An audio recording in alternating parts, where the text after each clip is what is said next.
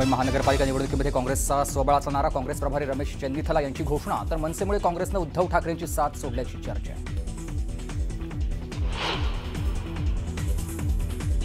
शरद पवारांकडून पक्षातील नेत्यांना युती आणि आघाडी करण्यास मोकळीक. नेत्यांना स्थानिक पातळीवर निर्णय घेण्याचा अधिकार. पवारांकडून कोणतीही अट नाही.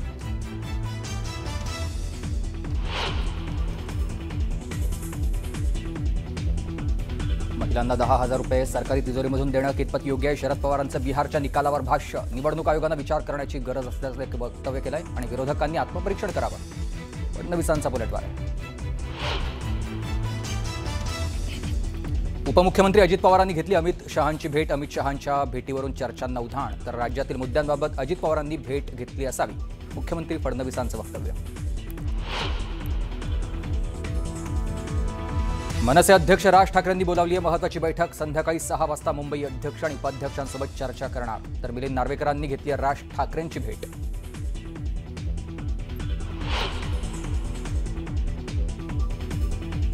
खूप अभिनंदन बिहारबद्दल.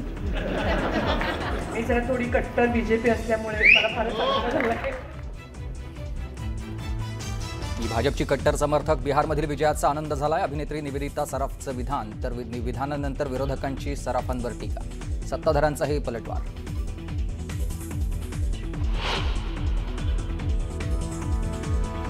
अहिल्यानगरच्या निंबाळक गावामध्ये आक्रमक ग्रामस्थांचा रास्ता रोको. बिबट्याला गोळ्या घालण्याचे आदेश मिळत नाही तोपर्यंत मागे हटणार नाही अशी भूमिका. जिल्ह्यात हल्ल्यात चिमुकलीचा मृत्यू झालाय तर एक मुलगी जखमी आहे.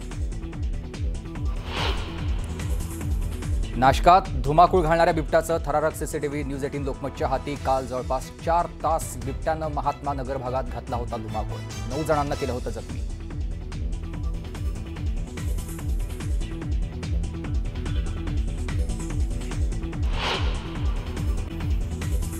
दरम्यान या भेटीवर विरोधकांनी टीका सुद्धा केलेली आहे. अमित शहा यांच्याकडे पार्थ पवार यांच्या संबंधीची सगळी माहिती असेल. तीच माहिती अजित पवार यांच्यापुढे त्यांनी ठेवली असावी असा दावा शिवसेना उभाटा पक्षाचे नेते अंबादास दानवे यांनी केला. अमित शहा हे पार्थ पवारांना वाचवणार नाही तर ते योग्य वेळी फाईल बाहेर काढणारे लोक आहेत असा आरोप देखील दानवेंनी केला. अजित पवार यांनी जास्त जागा मागितल्या की हे पार्थ पवार यांची फाईल बाहेर काढतील असं सुद्धा दानवे यांनी म्हटलं. दादा काय सांगाल ही भेट? तुम्ही कालच एक गप्पीस्फोट केला होता खरं तर की अजित पवार सरकारमधून बाहेर देखील पडणार होते पार्थ पवारांच्या प्रकरणावरून आणि रात्री ते अमित शहांना 25 मिनिट भेटले. कसं बघता? किंवा मला तरी वाटतं की अमित शहा साहेब हे देशाचे गृहमंत्री आहे आणि देशाच्या गृहमंत्र्याकडे असे अपडेट तर 100% असतात. अजित पवारांच्या मुलाच्या कंपनीच्या नावावर सरकारी जमीन 40 एकरची पुण्याच्या कोंढवासारख्या भागातली ज्या पद्धतीनं ट्रान्सफर केली गेली. पहिली गोष्ट तर सरकारी जमीन ट्रान्सफर करता येत नाही. दुसरी गोष्ट जर ट्रान्सफर केली त्यांनी तर त्याचं व्हॅल्युएशन काय? व्हॅल्युएशन 1800 कोटीच्या ऐवजी 300 कोटी दाखवलं पाहिजे. दाखवलं 300 कोटीची मुद्रांक 21 कोटी होतो. तोही भरलेला नाही. पहिली गोष्ट तर 1800 कोटी चूक, 300 कोटी चूक आणि 21 कोटी भरले नाही ही मोठी चूक. आता हे पुन्हा रद्द करायचं. समजा तुम्ही 300 कोटी दाखवलं असेल तर मुद्रांक शुल्क हा 21 आणि पुन्हा 21 असा 42 कोटी रुपये भरावा लागेल तरच तो व्यवहार रद्द होईल. आणि खरं तर 420चा गुन्हा पार्थ पवारावर दाखल झाला पाहिजे, कंपनीवर दाखल झाला पाहिजे.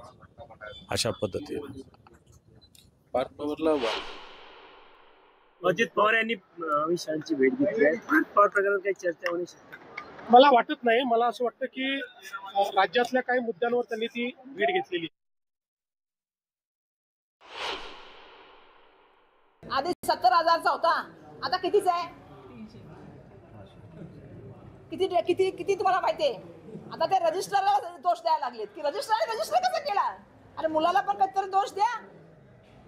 आणि मला सरकारला सांगणं आहे की काय चाललंय हे तुमच्या घरच्या जमिनी नाही आहेत त्या तुम्ही लोकांना वाटत चाललायत. नाही, मला याची कल्पना नाही त्यांची भेट कशा संदर्भात होती.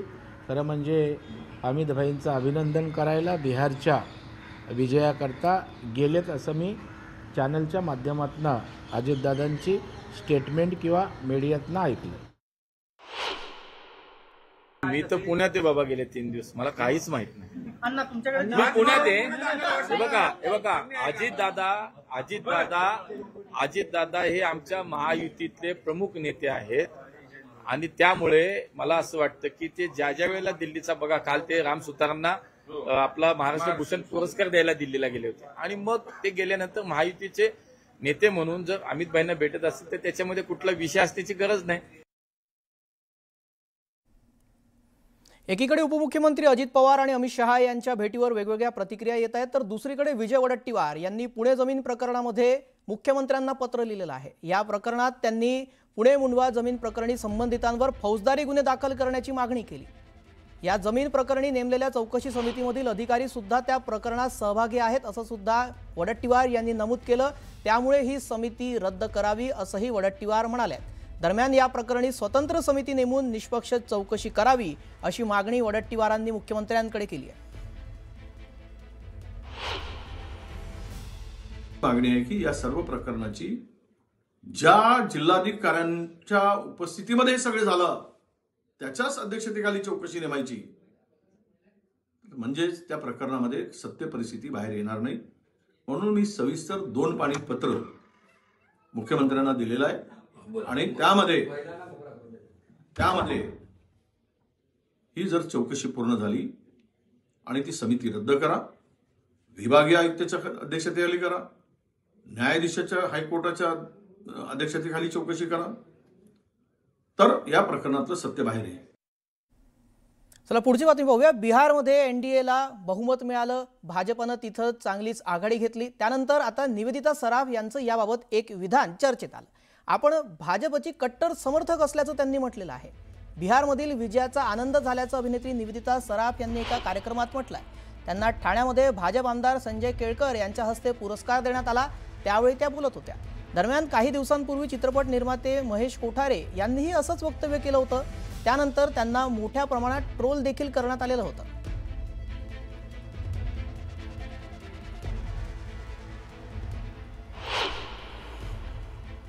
मंचावरती उपस्थित सगळे आमदार संजय केळकर, खूप खूप अभिनंदन बिहारबद्दल. मी जरा थोडी कट्टर बीजेपी असल्यामुळे मला फारच आनंद झाला. हे आपलं भाजप म्हणजे आपलं घर आहे, पण मी जरा सुद्धा भाजपचा भक्त आहे, मी मोदीजींचा भक्त आहे.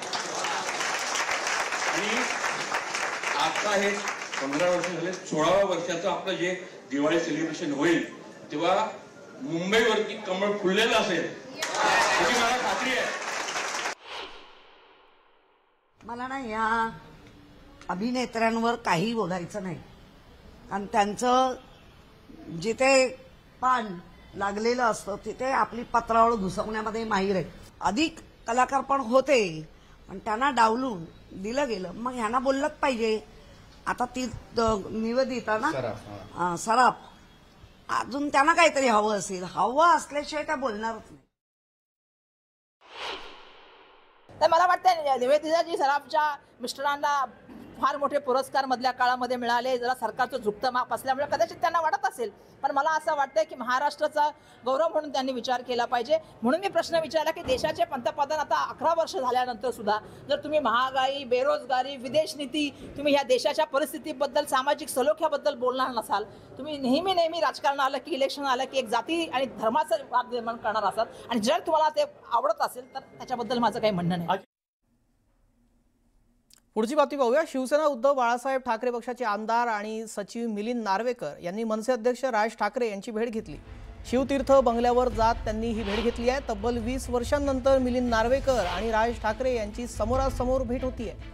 मुंबई क्रिकेट असोसिएशनच्या निवडणुकीमध्ये विजयी झाल्यावर सर्व विजयी उमेदवारांसोबत मिलिंद नार्वेकर देखील राज ठाकरे यांच्या भेटीसाठी इथं शिवतीर्थवर दाखल झाले.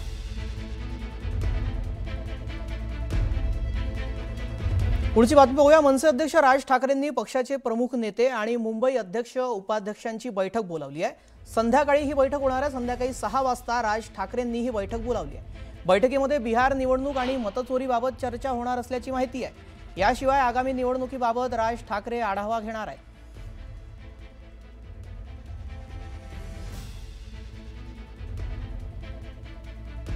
पुढची बातमी पाहूया. आगामी महानगरपालिकेच्या निवडणुकांमुळे मुंबईमध्ये बऱ्याच ठिकाणी राजकीय पक्षांकडून जोरदार बॅनरबाजी करण्यात येते आहे. त्या अनुषंगाने दादर येथील शिवाजी पार्क परिसरामध्ये भाजपकडून परिवाराचा नाही तर मुंबईचा सेवक तोच नगरसेवक असा बॅनर लावण्यात आलाय. या बॅनरच्या माध्यमातून भाजपनं ठाकरेंच्या शिवसेनेला डिवचल्याचं बोललं जातंय.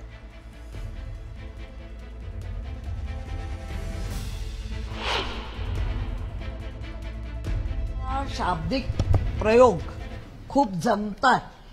मग काय आम्ही पहारेकरी आहोत, मग आम्ही हे सगळे आम्ही गेल्या 2017 किंवा त्याच्याही आधी सगळे शब्दांचे फवारे कसे उडवायचे आणि ते उडवून सुद्धा मग मात्र परत लालची होऊन स्टँडिंगवाल्याकडे कसं जायचं बसायला ह्याच्याकडे ते आम्हाला सगळं माहिती.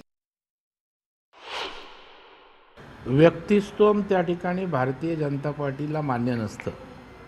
लोकांना महत्त्व, जनतेला महत्त्व देणारा भारतीय जनता पार्टी आहे. त्यामुळे कुठल्या व्यक्तीचा सेवक होण्यापेक्षा, कुठल्या परिवाराचा सेवक होण्यापेक्षा हा मुंबईकर या मुंबईचा खऱ्या अर्थानं मालक आहे. त्याच्यामुळे त्याची सेवा ही सर्वतोपरी आहे आणि त्याच्यामुळे मुंबईकर जो मतदान देणार, जो सत्ता देणार, त्याची सेवा करायची की कुठल्या एका व्यक्तीच्या नावाची पूजा करायची. आणि त्याच्यामुळे आमची भूमिका अत्यंत समर्पक अशा प्रकारची आहे. पुढची बातमी पाहूया. पुढची बातमी सोलापुरातून आहे. इचलकरंजीमध्ये कार्यकर्त्यांच्या मेळाव्यामध्ये हसन मुश्रीफांनी स्वबळाचा नारा दिलाय. सन्मानाने जागा नाही मिळाल्या तर स्वबळावर लढा असं आवाहन हसन मुश्रीफांनी केलंय. स्वबळावर लढून संघर्ष करा असं आवाहन सुद्धा मुश्रीफांनी यावेळी केलं. आणि मी आमच्या नेतृत्वाला सांगू इच्छितो की मित्र पक्षांच्यावर चर्चा करा. आपल्याला चांगला सन्मानजनक जर वाटा दिला तर बरं, नाही तर स्वबळावर लढण्याची तयारी करा. राष्ट्रवादी काँग्रेस पक्ष तुमच्या मागे ठामपणाने